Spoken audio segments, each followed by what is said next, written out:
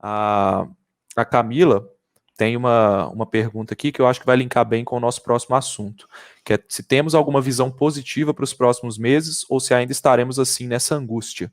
E aí, Isaac, eu quero queria que você pudesse trazer aqueles gráficos que você mostrou para a gente antes, que até foi Uhum.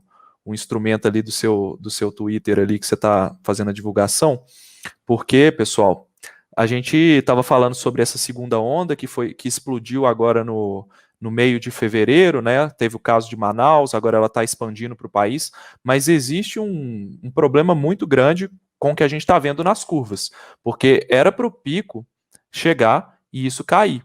Ele estava caindo e agora a gente está vendo um movimento diferente, não é isso, Isaac? Uhum, exatamente. O que Show. que acontece? O que eu vou mostrar para vocês agora, deixa eu, que eu não, me avisa que eu não estou me enxergando aí, já tá na tela? Tá na tela. Tá na tela Tá, aqui. beleza. Se precisar dar um zoom aqui, eu acho que eu vou dar um zoom e daí eu vou passando e fica mais fácil aqui. A pergunta é: podemos ter uma terceira onda? E aí a gente É, vai ver agora. o que que acontece? Esse gráfico aqui, eu vou só explicar ele para daí ficar mais fácil o entendimento conforme eu passo pelas regiões. A gente tem aqui 6 gráficos, que são os 3 primeiros de cima são casos e os 3 de baixo são óbitos. Aqui é todo o período, né, que desde o começo da pandemia. Aqui são os últimos 20 dias, inclusive essa linha preta pontilhada aqui é a tendência do que vem acontecendo nos últimos 20 dias, e aqui é a média móvel da taxa de crescimento de casos, que simplesmente é assim, quantos casos eu tive hoje, dividido por quantos casos eu tive ontem, né? E aí eu, cresceu tanto por cento. E aí eu faço o quê? Como isso oscila, a gente sabe que no Brasil, por exemplo, aqui dá para ver, ó, final de semana dá aquela caída na notificação.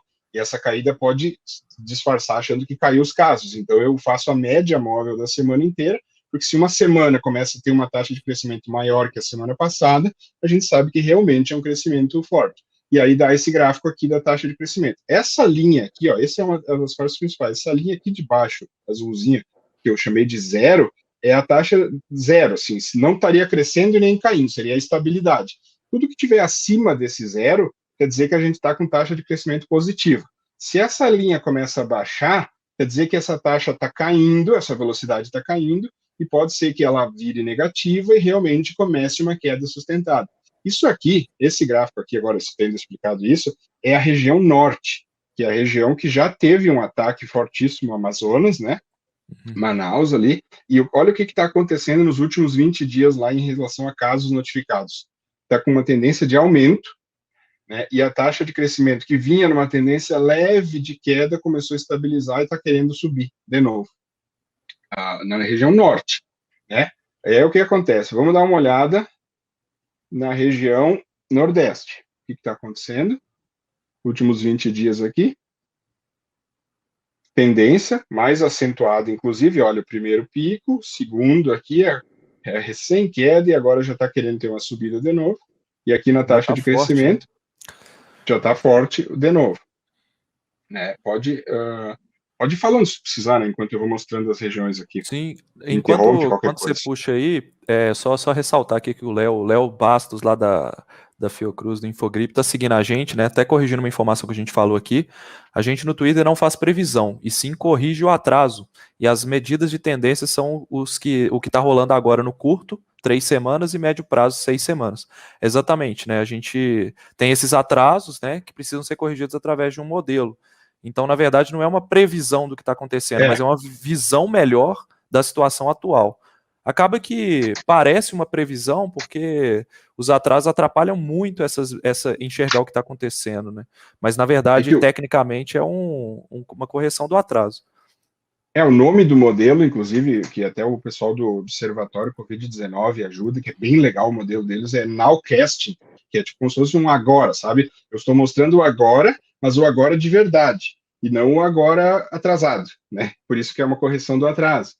E aí o que acontece? Esse agora de verdade, esse nowcasting que eles fazem, se tiver essa tendência aqui, ó, por exemplo, isso aqui é um agora, né? Isso aqui que eu estou mostrando. Agora eu passei para a região centro-oeste. E tiver essa tendência, significa que muito provavelmente o que virá pela frente é um aumento, né? É uma tendência de aumento. É nesse sentido que a gente consegue usar para saber o que vai vir, né? Mas realmente não tem lá uma projeção de daqui a 30 dias teremos X casos, né? Isso não, isso eu também, inclusive eu não faço, né? O que eu aviso é justamente isso aqui. olhem o que aconteceu. Aqui eu já estou na Centro-Oeste, né? Mostrei Nordeste, mostrei Norte, agora Centro-Oeste. Olha a subida mais acentuada, né? E a taxa de crescimento, que também vinha naquela leve queda de janeiro, começou já, fevereiro virou, e já está subindo de novo, né? De uma forma até perigosa, Centro-Oeste aqui, né? Agora, a gente vai descer para Sudeste e Sul.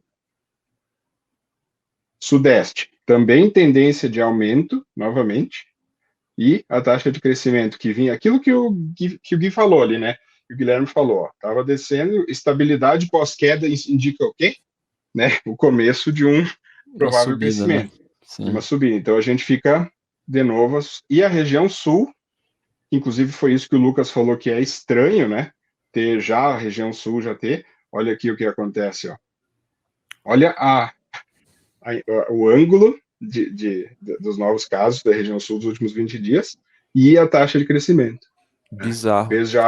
Fez uma bacia. Isso, claro, isso é a região toda, né? E se a gente pega, por exemplo, deixa eu mostrar para vocês o Rio Grande do Sul, para vocês terem uma ideia do que aconteceu. Aqui está o Rio Grande do Sul, ó, pegando todo o período aqui. Primeiro, isso aqui foi o inverno de 2020, que deu aquela subida, aquela queda. Aqui que a gente falou, setembro, outubro começou a virada, começou a subir. Dezembro deu um pico maior. Janeiro, a queda, aquela que correlacionou com a queda de mobilidade. E aí, o que acontece em fevereiro? Isso aqui, ó, esse ângulo, e principalmente isso aqui que mais assusta. Olha o que aconteceu com a taxa de crescimento de casos.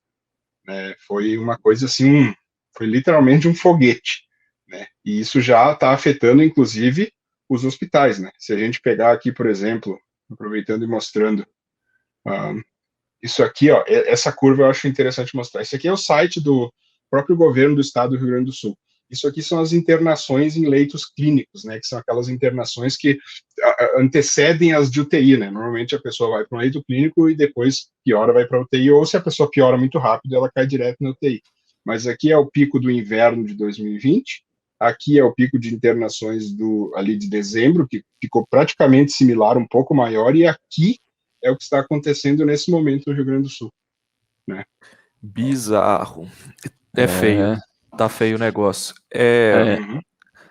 Diga lá, Ximenes. Só essa imagem que o Isaac mostrou é legal para ilustrar a questão da terceira onda, né? Querendo ou não, a gente consegue ver que não caiu completamente a ponto de fazer uma nova onda, mas a gente consegue ver uma subida, uma leve descida, uma próxima subida, e agora essa tsunami aí. Isso aí. Chegando forte. Sabe então, respondendo, né, desculpa, pode falar. Não, pode falar. Que eu só ia responder a pergunta dela, que, enfim, né, que ela lembra que ela perguntou, né, qual que seria a situação e o que vai acontecer. Ou seja, se todas as regiões do país, né, estão com tendência de subida, né, de aumento dos últimos, a única coisa que está mudando dessa tendência dos últimos 20 dias é a velocidade. Alguns locais já explodiu e alguns locais está prestes a começar o estouro, né? Então, o que acontece? E eu noto, inclusive, que o local que está mais atrasado nessa subida é o Sudeste, né? E eu fui olhar quem são os drivers, né? Quem é que está empurrando isso aí? É São Paulo e principalmente Minas Gerais. E aí eu fui dar uma olhada o que aconteceu em São Paulo e Minas Gerais, porque São Paulo e Minas Gerais foram, acho que praticamente os únicos locais, principalmente Belo Horizonte, melhor dizendo, né? Que fizeram um fechamento ali. Sabe que a gente, alguns dias atrás, estava praticamente tudo flexibilizado. Muitos cientistas na internet, assim, inclusive eu, por favor, lockdown, vai dar um estouro. Mas São Paulo deu uma regredida para a fase vermelha do plano deles, e o prefeito de Belo Horizonte meio que fechou a força, né? Ele foi lá e deu uma fechada. Então, foi as únicas, né? Foi Minas Gerais, principalmente puxada por BH, por Belo Horizonte, e São Paulo, foi os únicos locais que não tiveram uma reversão de tendência na virada de fevereiro, porque literalmente esse movimento atrasou isso.